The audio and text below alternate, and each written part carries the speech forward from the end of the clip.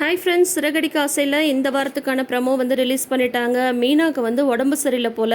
உடனே முத்து வந்து அவங்கள போய் ரூமில் வந்து படுக்க சொல்கிறாங்க. உடனே இந்த மனோஜ் வந்து வந்துடுறாரு. பாருமா, என்னோட ரூமில் வந்து அவள் தூங்கிட்டு இருக்கா அப்படின்னா தான் அவள் எதுக்கு ரூமில் வந்து தூங்குறான்ட்டு தூங்கிட்டு இருக்கிற மீனாவை எழுப்பி கையை பிடிச்சி தரதரன்னு வெளியில் இழுத்துட்டு வராங்க விஜயா. இந்த வீட்டுக்கு வந்தால் என்னால் ரெஸ்ட் கூட எடுக்க முடியல அப்படின்றாங்க ரோகிணி. உடனே முத்து வந்து சொல்கிறாங்க, அவளுக்கு உடம்பு சரியில்லை, நான் தான் வந்து ரூமில் தூங்க சொன்னேன் அப்படின்ற மாதிரி சொல்கிறாரு முத்து. அதுக்கப்புறம் பார்த்தீங்கன்னா அண்ணாமலை இருக்கிற ரூமில் வந்து போய் தூங்கிட்டு எழுந்து வராங்க மீனா. காலையில் ஒரு காஃபி கூட போடாமல் இவ்வளோ லேட்டாக எழுந்து வர, மற்றவங்கெல்லாம் வேலைக்கு போக வேணாமா அப்படின்ற மாதிரி மீனாவை பிடிச்சி திட்டுறாங்க விஜயா. உடனே முத்து வந்து சொல்லுறாரு, அப்பா இனிமேல் இந்த வீட்டில் வந்து மீனா உங்களுக்காக மட்டும்தான் சமைப்பா, மற்றவங்களுக்குலாம் யாருக்கு என்ன வேணுமோ அவங்களே செஞ்சுக்க சொல்லுங்கள், இனிமேல் யாருக்காகவும் மீனா எந்த வேலையும் செய்ய மாட்டா அப்படின்ற மாதிரி முத்து வந்து சொல்லிடுறாரு. சூப்பர் முத்து, நீங்கள் இதே முடிவில் வந்து இருந்தீங்கன்னா தான் மீனாவுக்கும் ஒரு விடிகாலம் பிறக்கும்.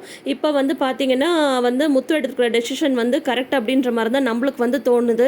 இந்த ரோகிணியோட ஆட்டம் தாங்கலை. இன்னும் டைரக்டர் சார் வந்து எவ்வளோ நாள் தான் ரோகிணியை காப்பாற்றுவாருன்னு நம்மளுமே வெயிட் பண்ணி பார்த்துட்டே இருக்கலாம்.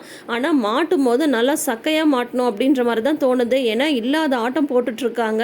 ஸோ என்ன தான் நடக்க போகுதுன்றதை இந்த வாரம் எபிசோட்ஸை பார்த்து தெரிஞ்சுக்கலாம். ஆக மொத்தம் வழக்கம் போல் சிறகடிக்க ஆசை ப்ரோமோ இந்த வாரமும் நல்ல ஃபயரிங்காக தான் இருக்குது. ஸோ தொடர்ந்து வீடியோஸ்க்கு நம்ம சேனலை இப்பயே சப்ஸ்கிரைப் பண்ணி வச்சுக்கோங்க. பக்கத்தில் இருக்கிற நோட்டிஃபிகேஷன் பெல் ஐக்கானில் ஆல் சிம்பிள் கிளிக் பண்ணிக்கோங்க.